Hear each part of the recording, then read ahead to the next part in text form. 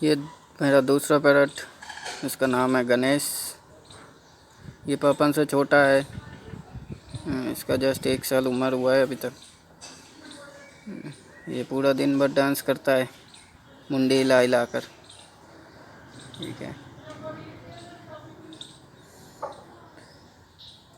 ये है मेरा बेटा आंस, जो पूरा दिन भर इसको डिस्टर्ब करता है। कभी पूंछ पकड़ के खींच देता है, कभी कुछ करता है।